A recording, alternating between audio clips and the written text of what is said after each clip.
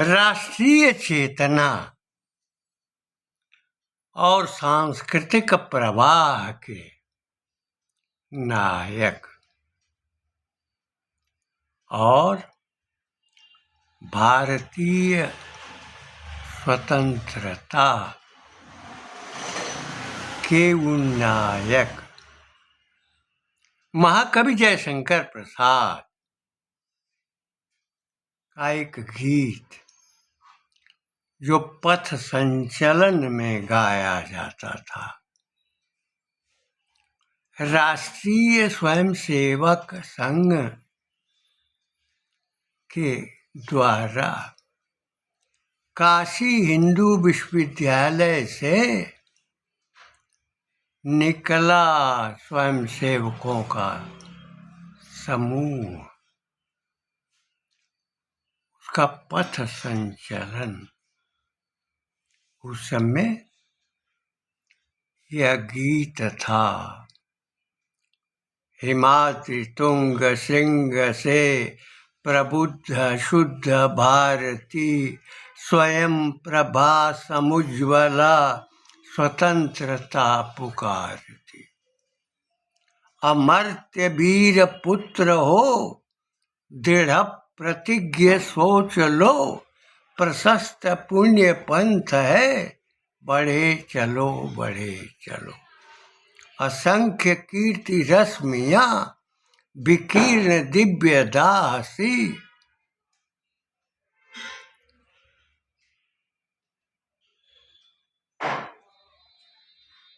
रुको न वीर साहसी। अराति सैन्य सिंधु में सुवाड्वाग्नि से जलो, प्रवीर हो जयी बनो, बढ़े चलो बढ़े चलो। महाकवि जयशंकर प्रसाद की यह रचना पथ संचलन के लिए रची गई थी। गोपाल शरण सिंह नेपाली ने हिमाद्रि तुंग श्रृंग के संबंध में, हिमालय के संबंध में एक रचना 51-52 में की थी।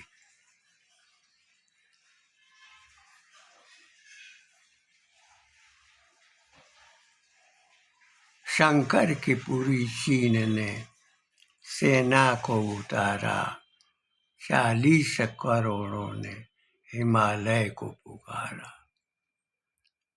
हिमालय ने पुकारा, हो जाए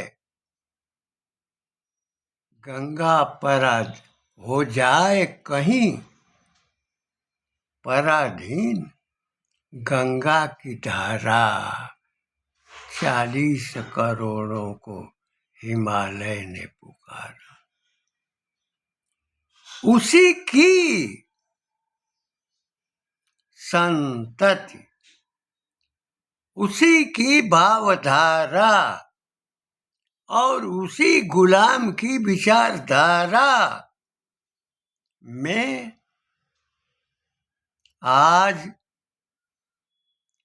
पनपी हुई कांग्रेस, उसका नेतृत्व करता भारत को गुलामी की ओर ढकेलना चाहता है। द्वंद्व कराकर, आपसी मुठभेड़ कराकर, जातीय उन्माद फैलाकर और वह विदेशी शासकों से अपनी कूट रचना में वह सदैव कार्यरत रहा है। उसका निरंतर यूरोप में प्रवास और वहाँ कुवृत्ति और कुसंस्कार का प्रसार करता हुआ वह दिखाई पड़ा है। जिस परिवार के भीतर भारतीय संस्कार की कोई भावना नहीं रही, वह भारतीय कैसे हो सकता है? उसी के चचेरे भाई वरुण गांधी का वैवाहिक समारोह काशी में हनुमान घाट पर आयोजित हुआ। बहन की आवश्यकता सनातन परंपरा में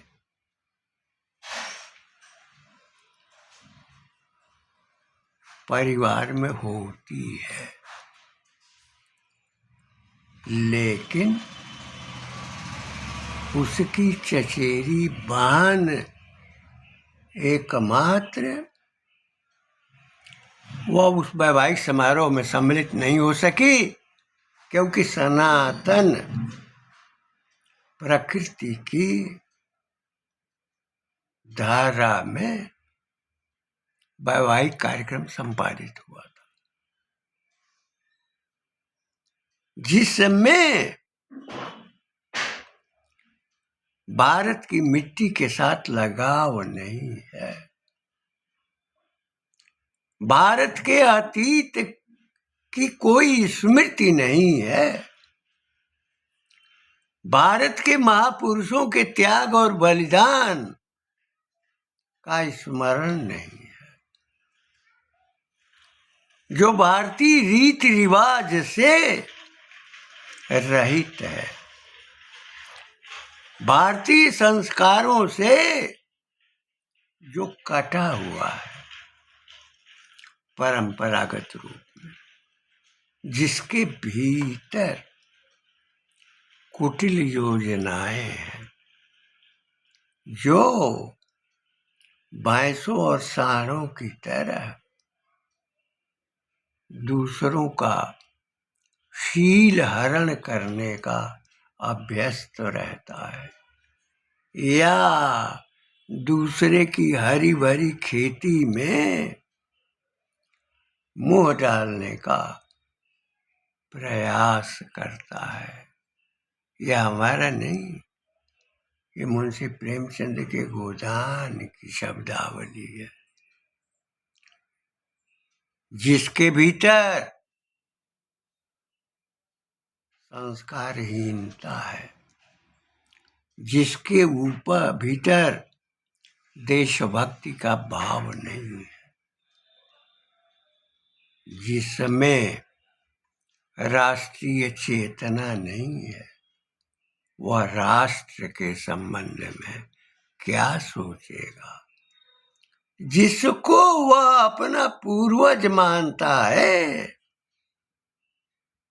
वह भी तो केवल इसको मिट्टी मानता था। यह मिट्टी नहीं है, यह सोना पैदा करती है,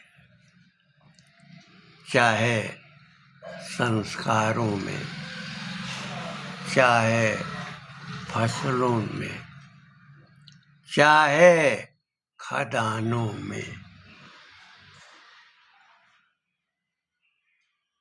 सब कुछ इस मिट्टी में सुलभ है। आजकल तो तेल भी जमीन के भीतर मिल रहा है, और अगर शासन में क्षमता होगी, उसकी नीतियां जिस प्रकार कार्यान्वित चल रही हैं, वह चलती रहेंगी, तो भारत को किसी का आश्रित नहीं होना पड़ेगा। लेकिन जो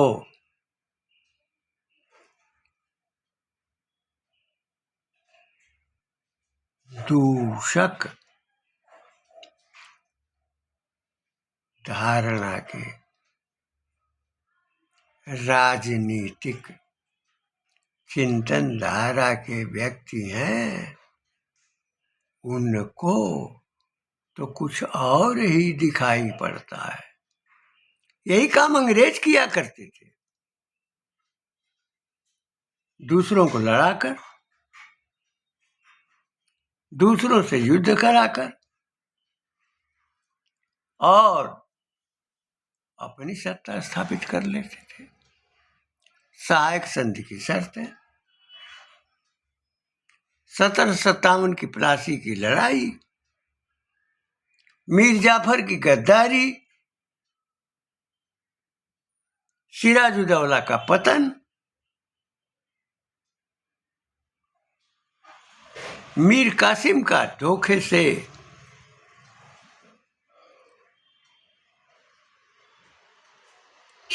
युद्ध में हराया जाना,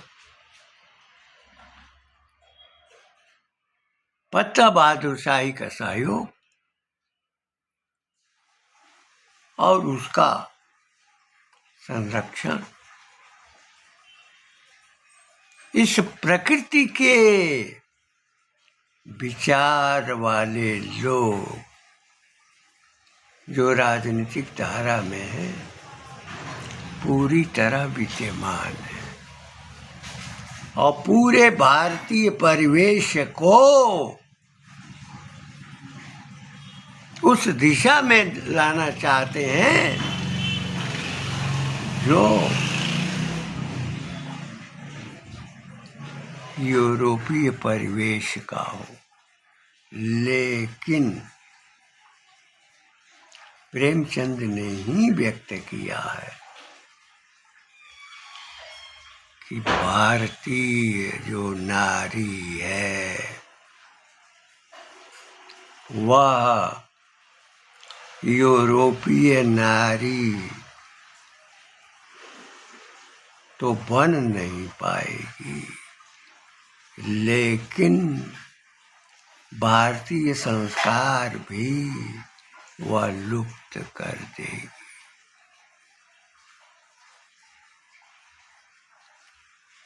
यह स्वभाव जिनमें है उनके भीतर आकुलता है। हमने गुरुदत्त के उपन्यास पत्रलता और उन्मुक्त प्रेम का उल्लेख किया है, जो भारतीय परिवेश और भारतीयों की वीरता और भारतीय नारियों की सेवा, त्याग, गृह व्यवस्था, उसका संचालन और संरक्षण का चित्र उकेरा है। जिस कालखंड में क्लीवता आई थी, आक्रांता उस कालखंड में प्रवेश कर गए थे, किंतु जिनकी विचारधारा में, जिनके संस्कार में भूमि के साथ मोह नहीं है, जिन्हें आसमानी बाप ही प्रधानता रखते हैं, उनके मन में न माँ की संकल्पना है, न बहन की संकल्पना है, न तो मातृभूमि के प्रति लगाव है, जिन्होंने मातृभूमि की रक्षा के लिए, स्वातंत्र भावना के लिए त्याग और बलिदान किया है, वे सदैव हमारे ओज के विषय बने। हिमालय की सबसे ऊंची चोटी पर, हिमाद्रि तुंग श्रृंग पर, प्रबुद्ध शुद्ध भारती, प्रबुद्ध और शुद्ध जो भारती जो वाणी है, वह स्वयं प्रभा से युक्त है, समुज्ज्वला, उसमें उज्ज्वलता है, और वह स्वतंत्रता को पुकारती है। हिमाद्रि तुंग श्रृंग से प्रबुद्ध शुद्ध भारती, स्वयं प्रभा समुज्ज्वला, स्वतंत्रता पुकारती। अमर्त्य वीर पुत्र हो, अमर्त्य कभी न मरने वाले, क्योंकि जन्म जन्मांतर का भारत से संबंध रहता है। अमर्त्य वीर पुत्र हो, दृढ़ प्रतिज्ञ सोच लो, जिसके भीतर दृढ़ प्रतिज्ञा है, तो दृढ़ प्रतिज्ञा करने वालों की अतीत से लेकर वर्तमान तक लंबी कतारें हैं, स्मृतियां हैं। अमर्त्य वीर पुत्र हो, दृढ़ प्रतिज्ञ सोच लो, अप्रशस्त पुण्य पंथ है, जो पुण्य पंथ मार्ग है वह प्रशस्त है, बढ़े चलो बढ़े चलो। इस प्रकार का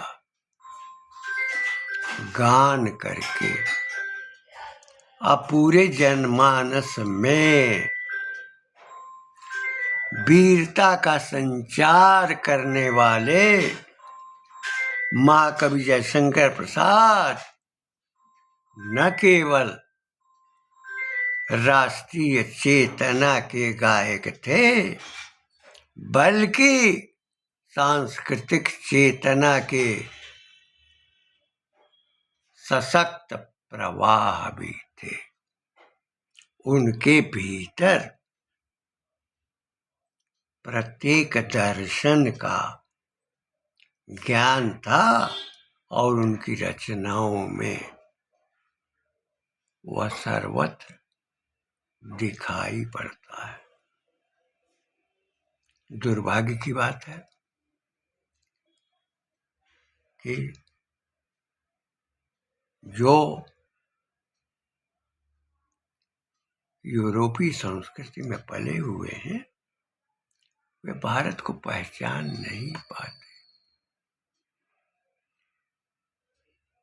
भारतीय परिवेश में ढलना नहीं चाहते,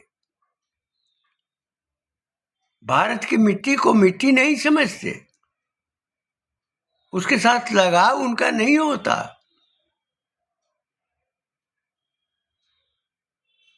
हमने देखा है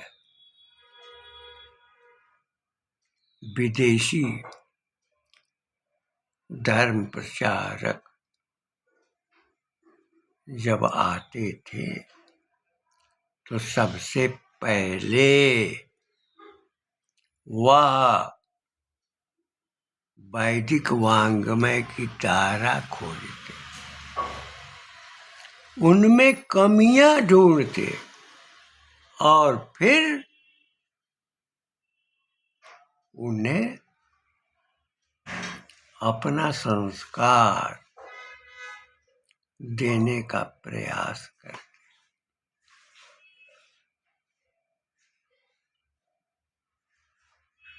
प्रसाद जी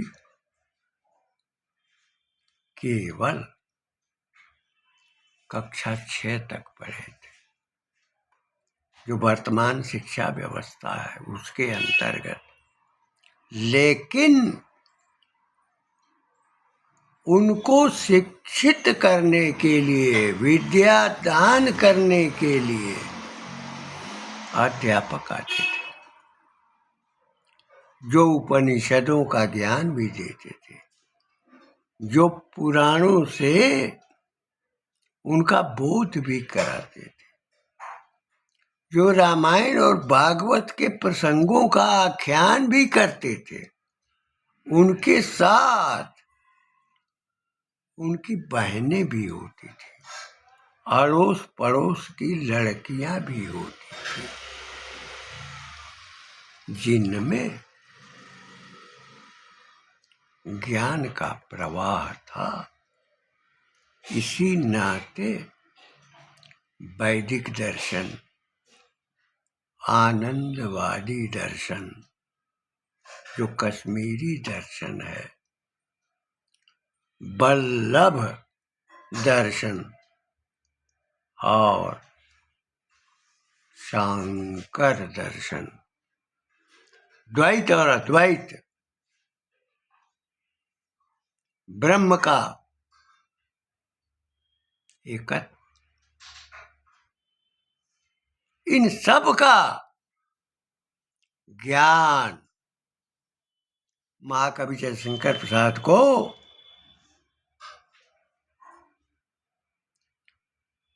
अपने घर में विद्वानों के द्वारा प्राप्त हुआ। जो लोग वर्तमान शिक्षण व्यवस्था के अंतर्गत स्नातक या स्नातकोत्तर या डॉक्टर की उपाधियां पाए हुए हैं, मेरी दृष्टि में वे केवल साक्षर हैं, वो विद्या के ज्ञानी नहीं है। वह मात्र साक्षर है, और साक्षरता को ही विद्वत्ता मानना अन्याय माना जाएगा। जिसके पास ज्ञान का भंडार है, रचना का संस्कार है और कृतियों का संसार है, राष्ट्रधारा का प्रवाह है, चेतना का विस्तार है, चिंतन की धारा है, और उसे वाणी और आकार देने की क्षमता है। वे थे काशी के महाकवि जयशंकर प्रसाद, नाट्य लेखक, कहानीकार, कवि, उपन्यासकार, जिनमें समग्र संस्कार निहित थे।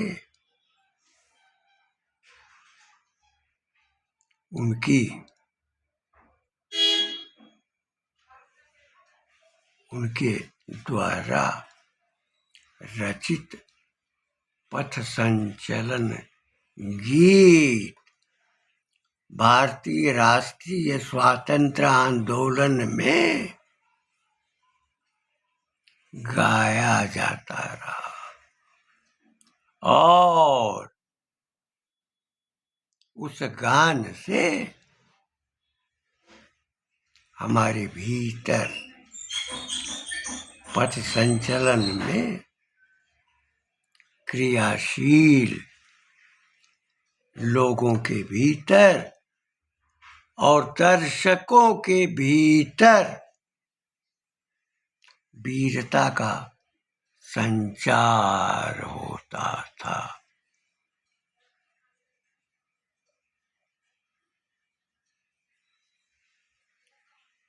मैं अपनी वाणी को विराम देते हुए यह कहना चाहूँगा कि महाकवि जयशंकर प्रसाद महाकवि थे, विचारक थे, संस्कृति के व्याख्याता थे, विभिन्न भारतीय दर्शनों के ज्ञाता थे और उनका साहित्य आज भी प्रेरणा का स्रोत है। उनके साहित्य में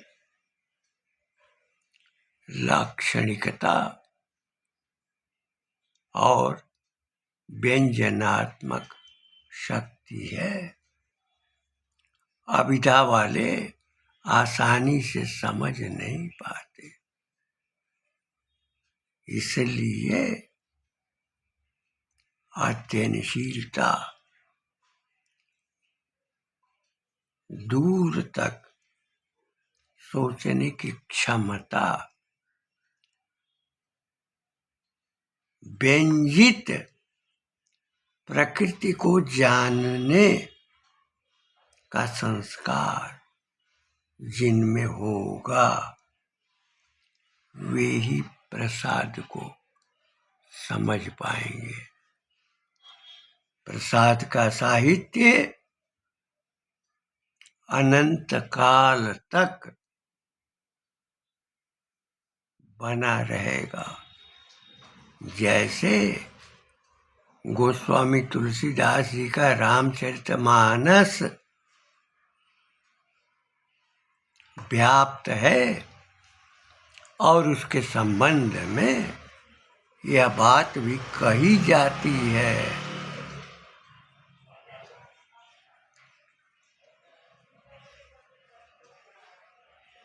बालक आज उतर का अंता, मध्य अयोध्या बूझहि संता। बालकांड का प्रारंभ और उत्तरकांड का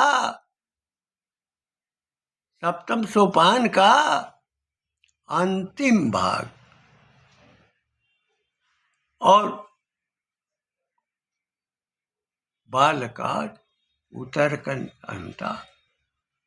अब मध्य अयोध्या, अयोध्या कांड का मध्य सबको समझ नहीं आता।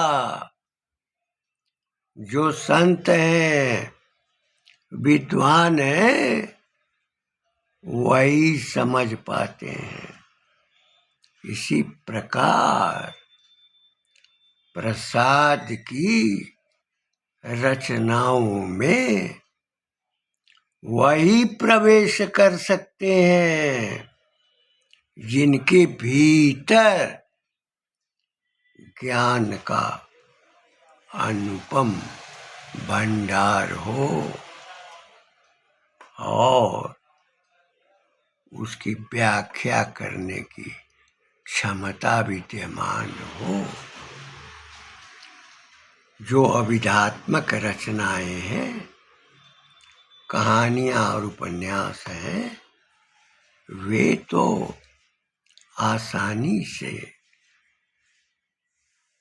ग्राह्य होते हैं।